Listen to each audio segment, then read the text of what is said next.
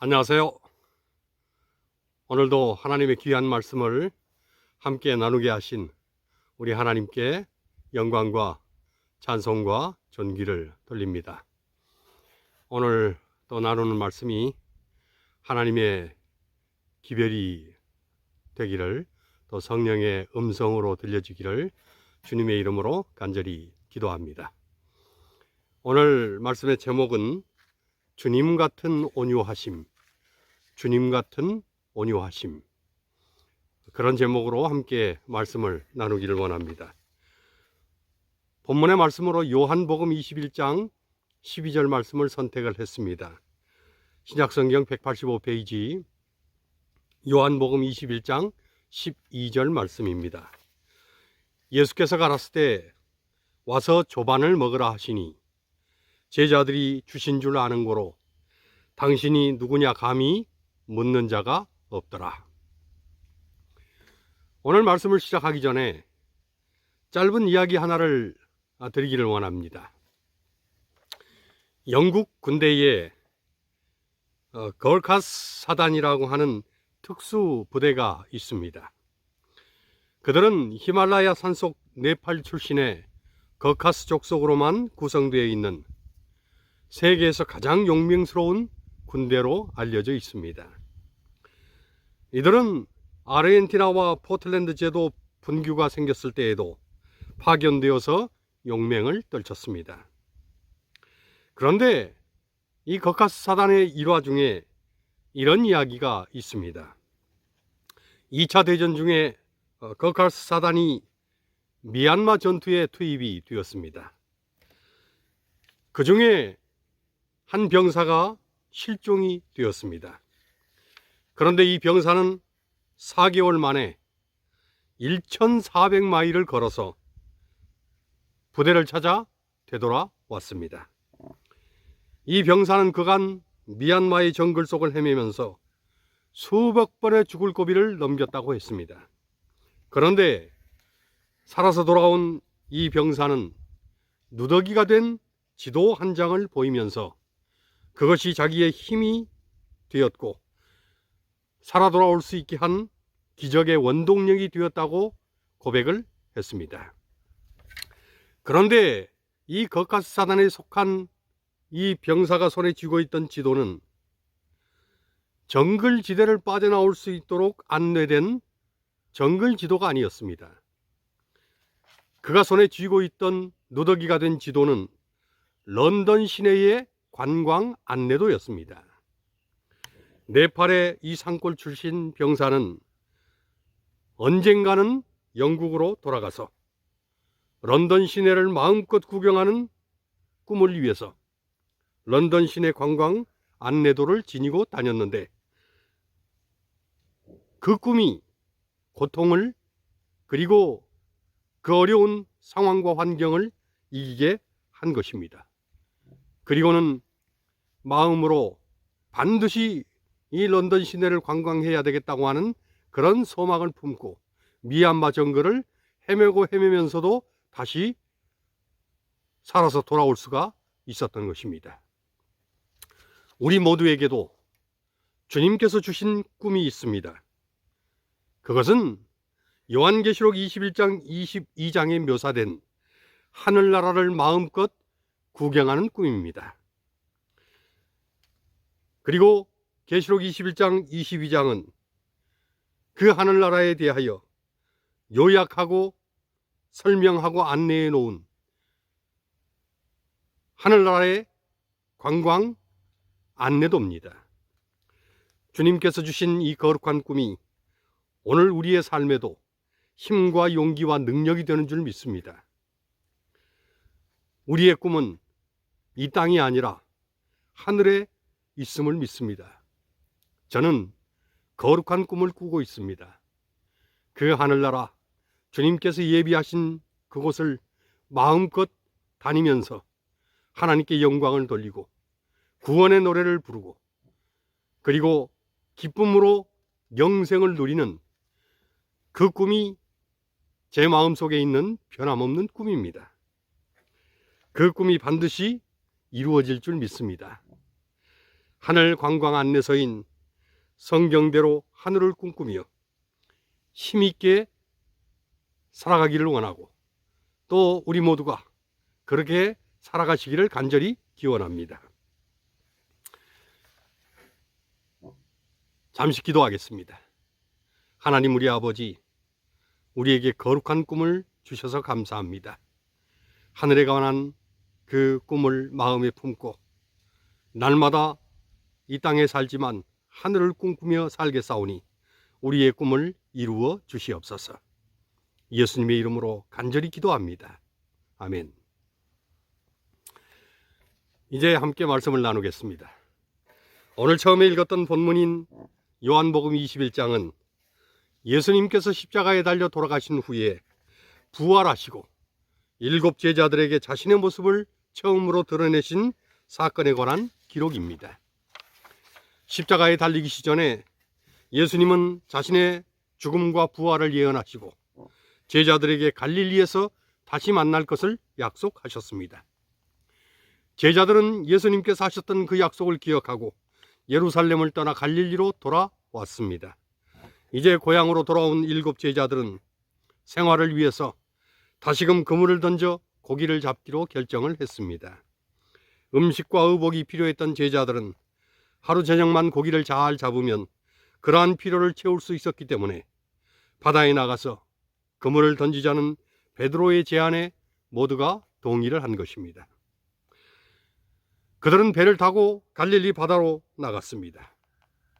하지만 고기를 잡기 위해서 갈릴리 바다로 몸은 나왔지만 마음은 여전히 옛날 생각이 그 마음에 가득 차 있었습니다. 고기를 잡기 위해서 그물을 손에 들고 갈릴리 바다로 나갔던 기억은 벌써 3년 반 전의 일이었습니다. 7 제자들은 바다로 나가면서 서로들 말은 하지 않았지만 3년 반 전 어느 날 이 해변가에 찾아와 배와 그물을 버려두고 나를 따르지 않겠느냐고 제안하셨던 예수님을 마음에 떠올렸습니다. 그때에 너희는 사람 낚는 어부가 되게 하겠노라고 말씀하셨던 그 주님을 그들은 어쩔 수 없이 회상할 수밖에 없었습니다. 그날 예수님을 따르기로 결심하고 그분의 제자들이 되었었습니다. 그리고 3년 반 동안 세상에서 가장 위대한 교사로부터 가르침을 받았었습니다. 그런데 그 선생님이 지금은 이 세상 어디에도 계시지 않으셨습니다. 이제 그분은 더 이상 이 세상 사람이 아닌 것입니다. 제자들은 3년 반 전 그날을 회상하면서 모두 다 마음이 침울해졌습니다. 이제 그들이 탄 배가 갈릴리 해변을 떠나 어느 정도 앞으로 나아갔을 때에 제자들은 저 멀리 갈릴리 언덕 가버나움 골짜기를 보게 됐습니다. 그곳에서 예수님은 몇 개 안 되는 적은 떡덩이와 물고기로 10,000명 이상의 사람들을 먹이셨습니다. 제자들은 예수님을 따라다니면서 한 번도 생계에 대해서 걱정을 한 적이 없었습니다. 그런데 지금은 다시 그물을 들고 바다로 나가고 있는 것입니다. 제자들은 말할 수 없는 서글픔이 가슴 깊숙이 밀려드는 것을 느꼈습니다. 저 멀리 그 기적의 해변을 바라보면서 지금 그물을 던지러 가는 자신들의 모습이 얼마나 초라하게 보이는지 그들은 정말 가슴이 아팠습니다. 이제 갈릴리 바다 한복판에 이르게 됐을 때에 제자들은 뱃전을 때리는 파도를 보면서 더 깊은 회한에 젖게 됐습니다. 전에 이 바다 위에서 사납고 무서운 폭풍이 저희를 삼킬 듯이 몰려들 때에 그리고 죽음의 공포에 사로잡혀서 어떻게 할 수 없는 속수무책의 지경에 처했을 때에 예수님께서 자신들을 구원하기 위해 파도 위를 걸어 오셨었습니다. 그리고 주님은 한마디 말씀으로 그 폭풍을 잠잠케 하셨습니다. 그 주님이 지금은 자신들과 함께 계시지 않는 것입니다. 깊은 우울함과 회한으로 침묵에 잠긴 제자들 중에 베드로가 다시 소리를 쳤습니다. 이제 예전의 모든 것은 다 잊어버리고 빨리 고기나 잡자. 그제서야 제자들은 현실로 돌아와서 다시 바다에 그물을 던졌습니다. 실패로 끝나버린 듯한 3년 반의 과거를 잊기 위해서 그들이 그렇게 사랑했던 선생님, 그러나 십자가에 달려서 돌아가셔버린 그 주님을 끝까지 지켜드리지 못하고 혹은 배반하고 혹은 부인하고 혹은 도망쳐버린 자신들의 무책임함, 그리고 자신들의 비겁함, 자신들의 무기력함을 기억에서 지우기 위해서 그들은 열심히 그물을 던졌습니다. 그러나 그들은 아무것도 잡지를 못했습니다. 날씨도 좋았고 그동안 손을 놓기는 했지만 그들의 그물질하는 솜씨가 예전만 못한 것도 아니었습니다. 그럼에도 불구하고 밤새워 그들은 애를 쓰고 그물을 던졌지만 단 한 마리의 고기도 잡지를 못했습니다. 그렇게 애만 쓰면서 밤을 꼬박 보내고 새벽녘이 되었을 때에 피로에 지친 제자들은 밤새 허탕질하던 그물을 내던지고 그 자리에 계시지 않은 주님에 대해서 서로가 가지고 있던 속마음을 털어놓고 그 마음을 나누기 시작했습니다. 주님께서 함께 계셨을 때에, 그리고 바닷가에서 봉사하셨을 때에, 폭풍이 치던 밤 주님께서 뱃전에 누워 계셨을 때에 그들이 목격했던 놀라운 사건들을 회상을 했습니다. 하지만 지금 자신들은 자기들의 장래에 대해서 의심하게 되었고 저희 앞에 펼쳐질 앞날에 대해서 슬픔을 감추지 못했습니다. 밤새 헛탕을 쳤던 것처럼 그들의 인생 자체가 헛땅을 친 그런 인생이 아니었는지 깊은 근심과 우울감에 그들은 빠지게 됐습니다. 그런데 이 모든 시간 동안 외로이 바닷가에 서서 7명의 제자들을 지켜보는 한 목격자가 있었습니다. 제자들은 그분을 보지 못했지만 그분은 제자들을 유심히 지켜보고 계셨습니다. 이제 날이 부옇게 밝기 시작했습니다.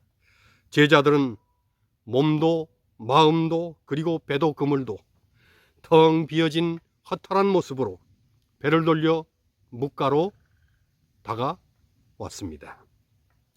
그때의 제자들은 바닷가에 서서 친구들아, 너희에게 고기가 없느냐? 라고 물으시는 한 낯선 사람을 만나게 됐습니다. 그들은 위험이 서린 그 사람의 질문에 공손하게 잡은 고기가 한 마리도 없노라고 대답을 했습니다. 그러자 그 사람은 느닷없이 그물을 배 오른편에 던지라, 그리하면 고기를 얻으리라고 했습니다. 바닷가에 서서 대화를 주고받던 그 사람과의 거리를 생각할 때에 그 가까운 해변가에서 바닷가에 그물을 던진다는 것은, 이 고기를 잡기 위해서 그런 일을 한다는 것은 어리석은 일이었습니다. 못해서 겨우 50간 정도밖에 떨어지지 않은, 그저 수심이 한 7, 8m, 9m 정도밖에 되지 않은 그 깊지도 않은 해변의 얕은 물가에서, 그것도 이미 날이 밝아서 고기가 잡힐 시간이 지나버린 그런 경점에 고기를 기대하며 그물을 던지라고 하는 것은 상식 이하의 헛된 죄안이었습니다.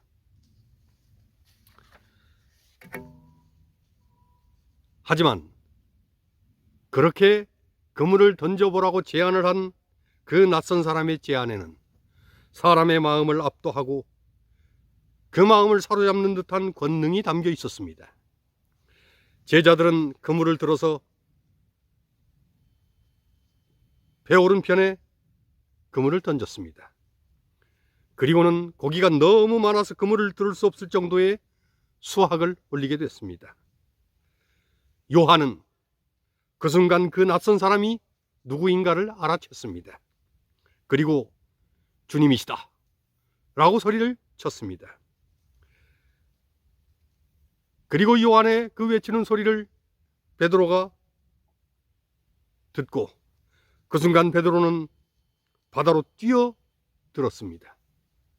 그리고 예수님께로 향하고자 했습니다. 다른 제자들은 작은 배로 옮겨 타서 고기가 가득 든 그물을 끌고 뭇지로 올라왔습니다. 그리고 육지로 올라와 보니 숯불이 피어 있고 그 위에 생선과 떡이 놓여 있었습니다. 예수님은 베드로에게 지금 잡은 생선을 좀 가져오라고 하셨습니다. 베드로는 그물을 육지로 끌어올리고 그물에 가득 찬 큰 고기를 세어보았습니다. 153마리나 되었습니다. 그런데도 그물이 찢어지지 않은 것은 이상한 일이었습니다. 이제 갓 잡은 생선을 숯불 위에 올려놓고 예수님과 함께 아침을 나누면서 제자들은 아무 말도 할 수가 없었습니다. 입이 10개가 있어도 예수님께 할 말이 없었습니다. 제자들은 불과 며칠 전에 있었던 그 십자가 사건을 생각하면 정말 예수님 앞에 고개를 들 수가 없는 것입니다. 그러나 예수님은 제자들을 따뜻한 눈빛으로 바라보시면서 떡을 가져다가 한 사람 한 사람 제자들에게 나누어 주시고 생선도 그와 같이 하셨습니다. 그리고는 아침 식사가 마쳐질 즈음에 베드로에게 부드러운 음성으로 요한의 아들 시몬아, 네가 나를 사랑하느냐고 물으셨습니다. 이것이 오늘 본문에 나타난 사건에 관한 이야기입니다. 저는 이 이야기 속에서 다른 그 무엇보다 예수님의 성품을 깊이 확인하게 됩니다.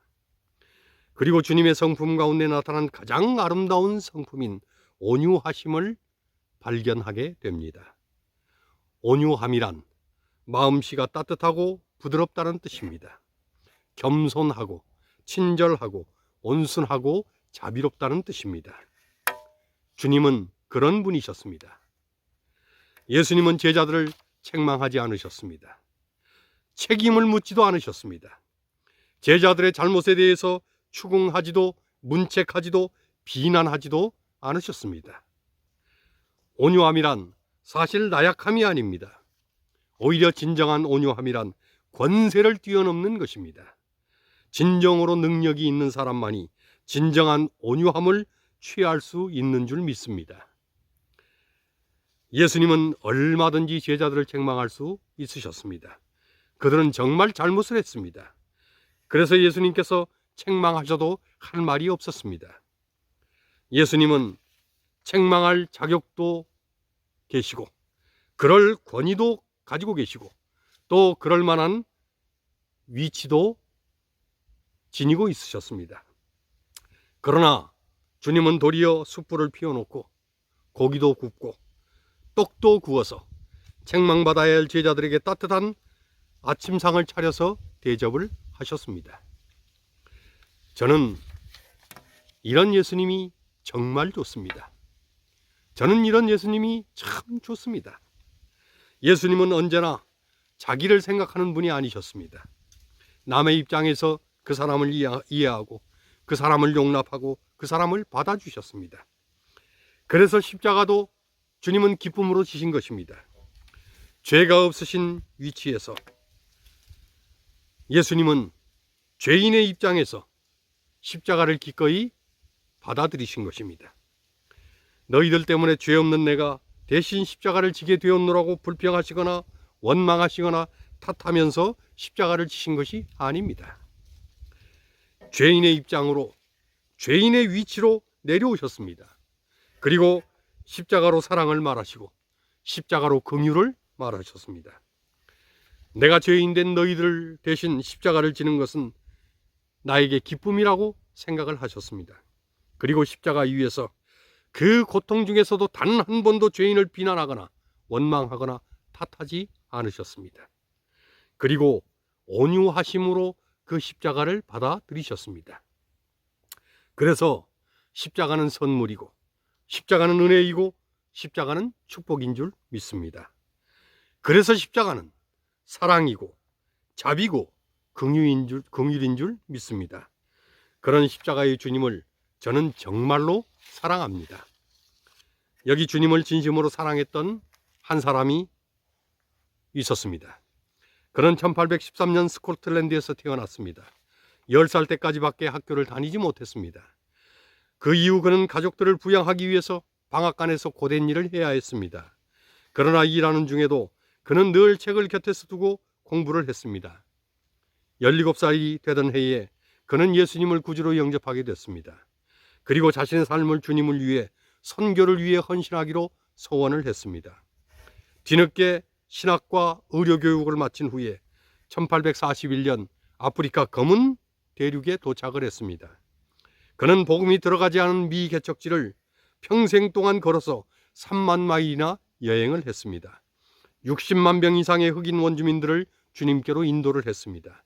그가 아프리카에서 봉사하는 동안 영국에 있던 그의 몇몇 친구들이 그의 고생을 덜어주기 위해서 다음과 같은 편지를 보냈습니다. 친구, 낯선 땅에서 사랑을 몸소 실천하는 자네에게 격려의 박수를 보내네.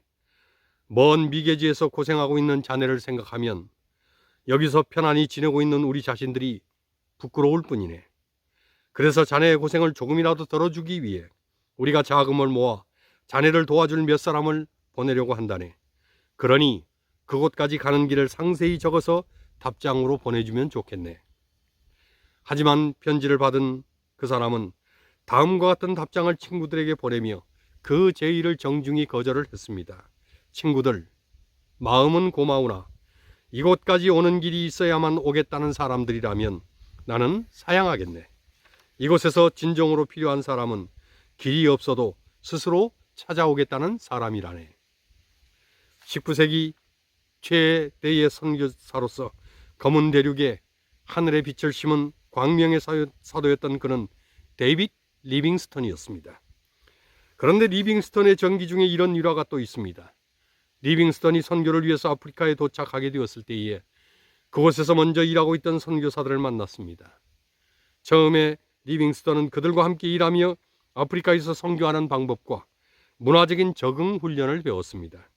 그런데 리빙스턴의 선천적인 지도력과 그리스도를 닮은 성품은 선교사들로부터 많은 호감을 샀습니다. 하지만 단 한 명 선교본부의 대장이었던 사람이 리빙스턴을 헐뜯고 질투하기 시작을 했습니다. 리빙스턴은 그 선교본부에서 별 어려움 없이 일할 수 있도록 자리가 마련되어 있었습니다. 그러나 그리스도를 위해 헌신하는 일에 피해가 발생하기 전에 그는 그 편안한 자리를 버리고 자천하여 선교사들이 아직 한 번도 가보지 않은 그런 지역으로 홀로 떠났습니다.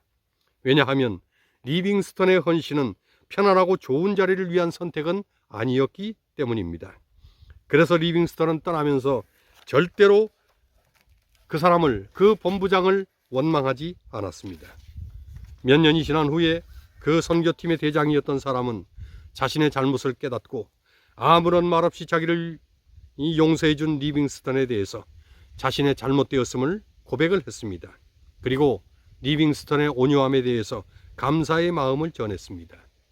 리빙스턴은 예수 그리스도의 십자가의 정신을 자신의 삶에 받아들인 사람이었습니다. 온유함으로 이미 그리스도의 정신을 가슴에 담고 있었던 사람이었습니다. 1813년 4월 아프리카 전역을 누비며 복음을 전했던 리빙스턴은 체력이 완전히 소모되어 토인들이 들것에 싣고 다녀야 할 형편이 되었습니다. 죽기 전날까지도 아프리카의 복음화를 위해서 걱정하던 리빙스턴에게 한 원주민이 목사님 기운을 내십시오 라고 염려스럽게 말을 하자 리빙스턴은 잘 보이지 않는 눈을 그대로 감은 채 손만 내저으면서 내 걱정은 말고 모두들 돌아가 쉬게 라고 대답을 했습니다. 그리고는 1873년 4월 29일 새벽 4시경에 그를 돌보던 원주민이 그의 오두막에 가보았더니 침대 옆에 무릎을 꿇고 있었습니다. 그러나 그의 몸은 이미 뻣뻣하게 굳어 있었습니다. 그는 기도하면서 마지막 길을 떠난 것입니다. 사랑하던 아내도 이미 10년 전에 세상을 떠나고 한 사람도 지켜보는 이 없는 가운데에 리빙스턴은 선교지에서 기도하면서 선교사의 삶을 마감을 했습니다. 그러나 그는 혼자가 아니었습니다. 그가 그렇게 닮고자 했던 그 주님, 그렇게 전하고자 했던 그 주님, 그 온유하신 주님께서 그의 곁에 함께 계셨습니다. 오늘 우리의 삶의 목표가 무엇인가? 저는 다시 한번 우리의 목표는 그리스도를 닮는 것이며 그리스도를 위해 사는 것이라고 믿습니다.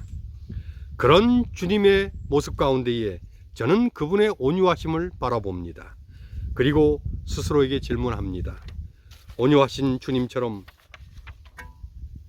나 자신도 진정 온유한 사람인가? 이 질문에 대해서 기꺼이 긍정적으로 답할 수 있도록 그렇게 살아가는 제가 되기를 원합니다. 또한 우리 모두가 그런 주님을 닮게 되기를 간절히 기원합니다. 마태복음 5장 5절은 이렇게 말씀을 합니다. 온유한 자는 복이 있나니 저희가 땅을 기업으로 받을 것이며 온유한 자가 사실은 이 땅의 주인이 될 것입니다. 진정으로 잘 되고 싶다면, 진정으로 성공하고 싶다면, 진정으로 축복받고 싶다면 온유한 사람이 되어야 할 것입니다. 그러면 땅을 기업으로 받을 것입니다. 이것이 주님의 약속인 줄 믿습니다. 우리 리치몬드 성도들 모두가 온유한 사람이 되어서 리치몬드 전 지역을 복음으로 기업화할 수 있기를 주님의 이름으로 간절히 축원합니다. 주님 곧 오십니다. 마라나다, 주 예수여 속히 오시옵소서. 아멘.